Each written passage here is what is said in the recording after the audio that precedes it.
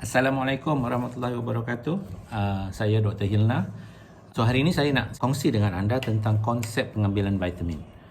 Ramai orang yang masih confused, masih tak pasti sama ada vitamin ini perlu ke tidak. Sebenarnya vitamin ini sangat perlu. Kalau kita lihat hari ini penyakit makin banyak ke makin sikit? Makin banyak. Kalau dulu masa saya belajar di Universiti Melaya, penyakit darah tinggi, kencing manis, ini penyakit orang tua, 50 tahun ke atas, 60 tahun ke atas. Tapi hari ini penyakit yang saya sebutkan tadi, dia dah menular kepada orang-orang muda, 30-an, 20-an, kadang-kadang kanak-kanak dengan masalah diabetes dan sebagainya. Dah terlalu banyak, terlalu ramai. So kenapa? So salah satu faktor adalah pemakanan. Punca penyakit hari ini yang banyak hari ini adalah sebabkan pemakanan. So nak betulkan penyakit ni, kita betulkan cara kita makan. Betulkan kita tak dapat zat-zat yang betul daripada setiap pemakanan. Apa yang ada dekat tangan saya hari ini, ini adalah buku makanan berbahaya. Buku makanan berbahaya. Dan kalau kita lihat saja, kita pun faham bahawa hari ini ayam segera. Kalau dulu 5 bulan, 6 bulan baru kita boleh makan ayam, sekarang 1 bulan kita dah boleh sembelih ayam tersebut. Kerana apa? Sebab banyak antibiotik, banyak hormon yang disuntik pada ayam tersebut. Ikan, banyak asid borik digunakan, dan asid borik ni walaupun dibenarkan, tetapi kalau terlalu banyak ia akan memudaratkan kepada pengguna. Cuba tengok pada gambar yang saya tunjuk ni, kan? Asid borik dalam pelbagai jenis makanan, dan ia memberi kesan yang sangat-sangat tidak baik kepada pengguna. Apa ada dalam sos kita? Dalam sos kita ada asid benzoik. Asid benzoik ni asid yang digunakan untuk membunuh sebagai racun tikus. Tetapi ia berada dalam makanan-makanan seperti cilibor, paste kari, kicap, belacan dan sebagainya. Yang ini semua kita memang makan, kan?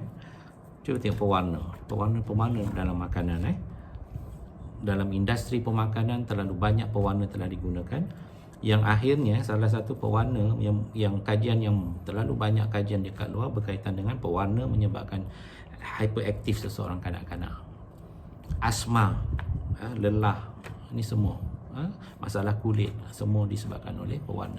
So buku ni ini buku Persatuan Pengguna Pulau Pinang, CAP.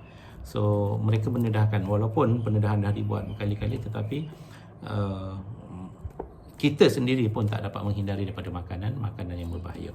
Now, that is why kita perlukan suplemen. Saya akan buat satu demo, so supaya anda faham kenapa kita perlu ambil vitamin. Okay, now saya nak tunjukkan demo konsep pengambilan vitamin. Alright, so ni konsep. So pertama saya tunjukkan ni, saya bagi contoh ini seperti dua orang yang sihat. Air jernih ini menunjukkan dia sihat. Dan yang ini saya ambil contoh, saya buat contoh sebagai racun ataupun toksik dalam makanan yang kita tak nampak, yang kita tak sedar. Dan ini contoh dua orang yang sihat. Seorang sihat tak perlu makan vitamin, yang ni dia ada kesedaran, dia makan vitamin. Alright, so kita ambil contoh vitamin. So ada beza tak yang makan vitamin dengan yang tak makan vitamin? Yang makan vitamin kena melabur, keluar sedikit duit untuk kesihatan dia. Yang ni tak perlu sebab dia sihat. Tetapi bila kita mula makan tadi ayam yang injek, ikan yang banyak asid borik, sayur-sayuran, buah-buahan yang ada lilin dan sebagainya, kena makan sehari, 2 hari, sebulan, 2 bulan, setahun, bertahun-tahun.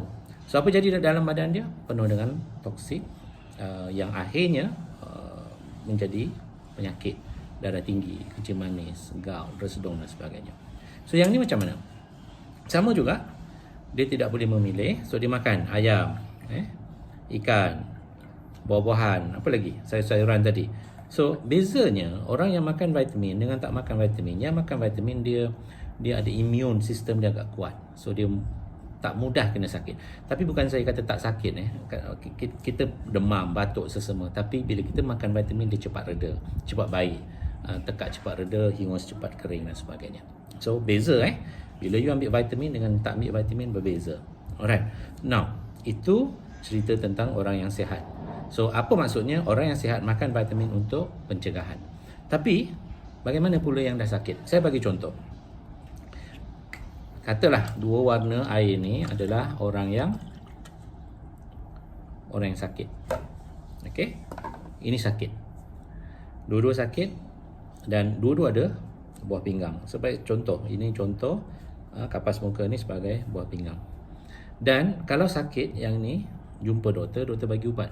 Kalau darah tinggi dia makan ubat darah tinggi, kalau kencing manis dia makan ubat kencing manis. Dia makan ubat ubat yang tertentu. Alright. So yang ini baru kena sakit, baru kena darah tinggi, baru kena kencing manis, dia nak kontrol dengan pemakanan. Dia jaga makan, dia makan suplemen. So dia ambil vitamin yang dia makan. Now kita tengok ada berbeza tak? Okay. So tengok yang ni tadi. Ini tadi apa? Makan ubat. Okay, ikut pengalaman lah. Ikut pengalaman you all.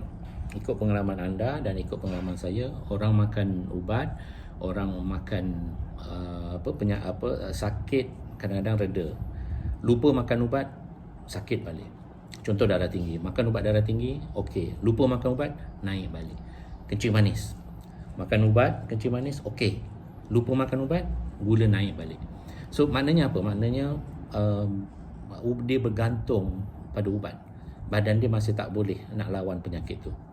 So kita pernah dengar lama-lama orang yang macam ni, kalau dia berterusan makan ubat-ubat tertentu, boleh menyebabkan masalah buah pinggang dan sebagainya. So dia punya ni telah jadi kelabu sikit. Okey, boleh tengok kan. So yang ini kita syorkan dia vitamin. Alright. Bagi vitamin apa? Bagi vitamin yang sesuai. Orang darah tinggi, kita kena bagi vitamin yang sesuai. Contohnya kalsium, lecithin E, omega. Ini semua vitamin yang boleh rangsang antibody supaya melawan darah tinggi. Okey? Ataupun penyakit-penyakit tertentu. So bila dia makan, tengok badan dia sihat. Kita tengok buah pinggang dia. Bersih tak berbanding yang tadi? Okey? So kenapa? Sebab vitamin tugas dia sampai ke sel, sampai ke apa kita panggil masalah yang sel yang paling dalam. So sebab itu dia boleh membaik pulih daripada dalaman. So ubat yang dah makan ubat, boleh tak kita syorkan dia vitamin? Okey. So sebenarnya boleh kita ambil vitamin yang sesuai. Kalau di darah tinggi ada ubat yang sesuai, kalau kencing manis ada yang sesuai, kalau gout, residong ada yang sesuai. So belajar.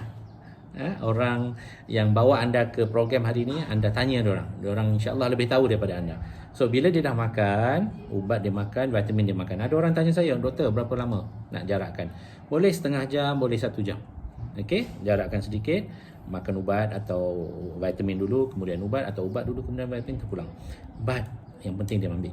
Okey, so, bila dia makan, tengok badan dia sihat. Buah pinggang kalau selagi dia belum dialisis, banyak kita boleh bantu. So buah pinggang mula bersih. Alright. So kalau kita teruskan macam ni, berdisiplin makan, dia akan sihat, dia akan bertenaga, dan bila jumpa doktor lagi, insya-Allah doktor akan kurangkan dos ubat tu. Sebab tahap gula, tahap darah tinggi dia dah reda.